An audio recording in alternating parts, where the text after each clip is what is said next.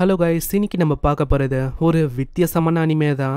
எதுக்கு இப்படி சொல்றேன்னா, வெறுமா கதையோட ஒன்லைன் ஒண்டி கேளுங்க. என்னன்னா, நம்ம ஹீரோ அவனோட வாழ்க்கை ரொம்ப மோசமா தான் போயின்னு இருக்கு.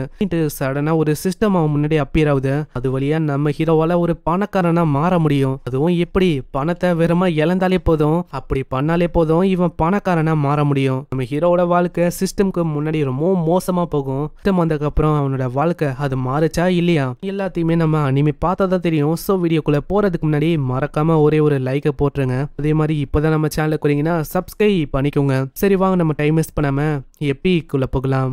எப்பிக்கோட ஸ்டார்டிங்லயே நம்ம ஹீரோ ஒரு எத்துக்கு ஓடும் போதே அவனை பத்தியே சொல்றான். என்னோட பேரு பே, நான் 2 வித்தியாசமான இண்டஸ்ட்ரியில வேலை செஞ்சிருக்கேன். அதே மாதிரி நம்ம பே வந்து ஆல்ரெடி பயங்கரமான பாஸ் எல்லாத்தையும் மீட் பண்ணிருப்பான். இதே வேகத்தோட ட்ரெயின் மிஸ் ஆகுதுன்னு செம வேகமா ட்ரெயினுக்குள்ள போடுறான். அதே வேகத்தோட வரானா கிட்டத்தட்ட ஒரு 5 செகண்ட் தான் இருக்கும். அந்த பொண்ணு 5 செகண்ட் இருக்குன்னு சொல்ல பயங்கர வேகமா அவன் தொட்டு எப்படியே உள்ள வந்துடுறான். இதே மாதிரி அங்க லஞ்ச் டைம் ஆகுது.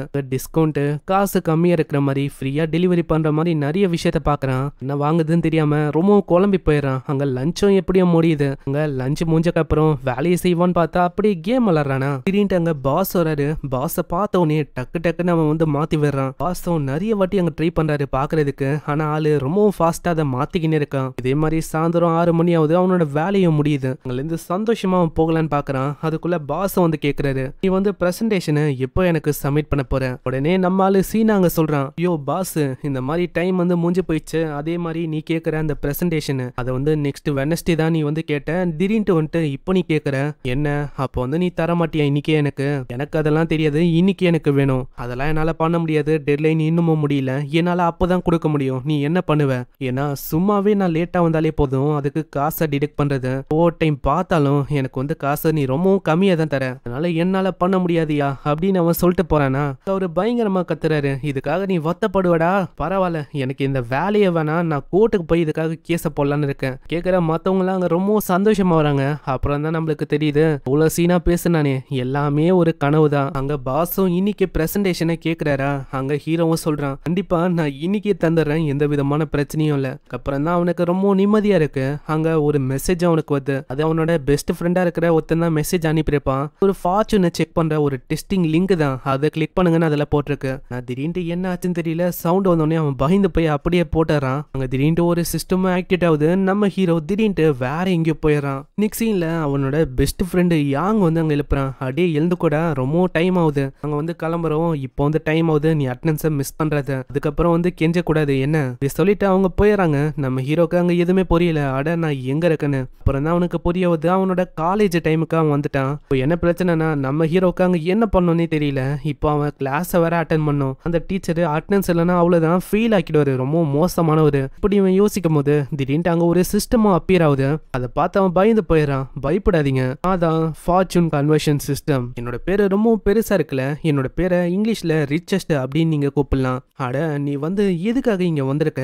சிஸ்டமும் இப்பதான் விஷயத்த சொல்லுது. அது எதுக்குன்னா உங்களை ரிச் ஆக்குறதுக்கு நான் வந்திருக்கேன். சின்ன கேட்டோன்னே அவன் ரொம்ப ஆர்வமாகறான். அங்க ஒரு 50,000 யுவான அது டிஸ்பிளே பண்ணு. அதுல இருக்க ஜீரோஸ் அவன் என்றான், நீங்க என்ன ஒன்றும் வேணாம், இதுல 50,000 யுவான் இருக்கு. இது வந்து உங்களுக்கு ஃபண்டா நாங்க கொடுக்க போறோம். இது கேட்டோன்னே அவன் ஆடி போயிடறான். 50,000 யுவானா? அவன் வந்து அவ்வளவுதான் பணக்காரன் ஆக போறேன்னு. அட இருங்க, டைரக்டா உங்களால பயன்படுத்த முடியாது. நீங்க ஒரு பிசினஸ் ஆரம்பிக்கணும். இதுக்குன்னு சில பல ரூல்ஸ் இருக்கு. குறிப்பிட்ட அமௌண்ட்டை நாங்க கொடுப்போம். அதை வந்து நீங்க குறிப்பிட்ட நாளுக்குள்ள அதை நீங்க எதுலயாச்சும் செலுத்தி அதை டபுளோ இல்ல லாஸோ ஆக்கணும். அதுக்கப்புறம் வர பணத்தை தான் உங்களால யூஸே பண்ண முடியும். அதே மாதிரி நாங்க கொடுக்குற அந்த பணத்தை உங்களாலேயே யூஸ் பண்ண முடியாது. 50,000 யுவான் வந்து எனக்காக ஸ்டார்ட் அப் ஃபண்டா கொடுக்குறாங்களா? பரவாயில்ல, நான் வந்து இதனாலேயே ஒரு மிகப்பெரிய பணக்காரனா என்னால மாற முடியும். இந்த சிஸ்டமும் இப்பதான் ஒரு விஷயத்தை அங்க வந்து ஆரம்பிச்சு விடுது. ப்ராஃபிட் லாஸ்ன்னு 2 விஷயம் இருக்கு.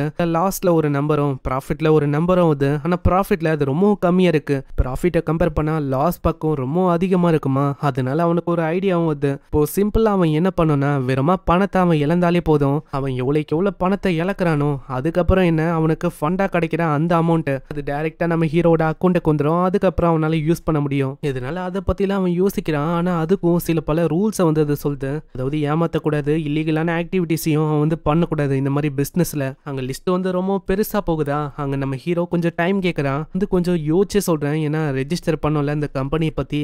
அவன் போன்ல ஏதாச்சும் கிடைக்குமான்னு தேடுறான். இப்போ வந்து அட்வான்ஸா இருக்குல்ல டெக்னாலஜி, அப்படி அவன் டெக்னாலஜியை பத்தி யோசிக்கும் போது கேமிங் ஃபீல்டு அவனுக்கு ஞாபகம் வருது. அதுல ரொம்ப கஷ்டம் முன்னேறி போறது, ஏன்னா நிறைய பேர் அதெல்லாம் தோத்து தான் போவாங்க. காம்படிஷன் ரொம்ப அதிகம். இதுவே நான் வெளியில ஏதாச்சும் கம்பெனி ஓபன் பண்ணா என்னால அதுல இருக்க அசட் எல்லாம் விற்க முடியும். கேமிங் ஃபீல்டை பொறுத்த வரைக்கும் அப்படி இல்ல. தோத்துட்டா அவ்வளவுதான், தோத்து போன மாதிரி ஆச்சு. என்னால ஒண்ணுமே பண்ண முடியாது, மொத்தமா நான் எழுந்துருவேன். அதுதான் எனக்கும் வேணும், அப்பதான் என்னால எல்லா மணியும் அடைய முடியும். இதனால அதை யோசிச்சுட்டு நம்ம சிஸ்டம் கிட்ட சொல்றான், என்ன கம்பெனி நீங்க ரெஜிஸ்டர் பண்ண போறீங்க? கேமிங் ஃபீல்டுல இருக்க ஒரு கம்பெனி தான், அதோட பேரும் டெண்டா டெக்னாலஜி அப்படின்னு அவன் விற்கிறான். அதுவும் அங்க ரெஜிஸ்டர் பண்ணி விட்டது உங்களுக்கு குறிப்பிட்ட நாள் வந்து தரப்படும். அதே மாதிரி சிஸ்டமை பத்தி வெளியில யாருக்கிட்டையும் நீங்க சொல்லக்கூடாது. அப்படி சொன்னா அதுக்கேத்த மாதிரி உங்களுக்கு பனிஷ்மெண்ட்டும் கிடைக்கும், பாத்துக்கோங்க. கண்டிப்பா நான் ஒன்னும் சொல்ல போறது இல்ல. அங்க ஒரு 14 நாள் அவனுக்கு தரப்பதான். அதை பார்த்து அவன் ரொம்ப ஷாக் ஆகுறான். அந்த சிஸ்டம் அப்படியே போயிட்டு 14 நாளுக்குள்ள நான் வந்து ஒரு கேமை உருவாக்கணுமா? அவன் கத்தின்னு இருப்பானா. அங்க பின்னாடியே அவனோட ஃப்ரெண்டு வரான். அங்க யாங்க பார்த்தோன்னே அவனுக்கு அவ்வளவு சந்தோஷம். அங்க யாங் கிட்ட அவன் கேட்கறான், யாங் நீ எங்கடா போன? நான் எங்கெங்கெல்லாம் தேன தெரியுமா, சொல்லு, நீ எதுவா இருந்தாலும் என்கிட்ட கேட்கலாம். அதுவா ஒரு 14 நாளுக்குள்ள ஒரு கேமை உன்னால உருவாக்க முடியுமா? அதுக்கு ஏதாச்சும் ஒரு வழி இருக்கா? ஹேய் என்னடா பேசின்னு இருக்க, அதெல்லாம் அசால்ட்டு. இங்க வா, இத பாரு. இந்த லேப்டாப்ல அவன் ஏகப்பட்ட விஷயத்த காட்டுறான். எல்லாமே டெம்ப்ளேட் தான். கோடிங் தெரியுதோ இல்லையோ, நீ வெறுமா டெம்ப்ளேட்டை வச்சு உன்னால இந்த கேம்ஸை உருவாக்க முடியும். இதுக்குள்ள ஏகப்பட்ட விஷயம் இருக்கு, உன்னால 2-3 நாள்லயே உருவாக்க முடியும். இதை கேட்டவுடனே நம்ம ஆளு அங்க மறைஞ்சு போயிடறான். அட இவன் எங்க போனா? சீன்லயே அங்க டெம்ப்ளேட் எல்லாம் அவன் பாக்குறானா? அவ்வளவுதான், இதை வச்சே நல்ல ஒரு கிராப்பியான கேமை உருவாக்க முடியும். அது போதும் எனக்கு, காசை பயங்கரமா ஏர்ன் பண்றதுக்கு.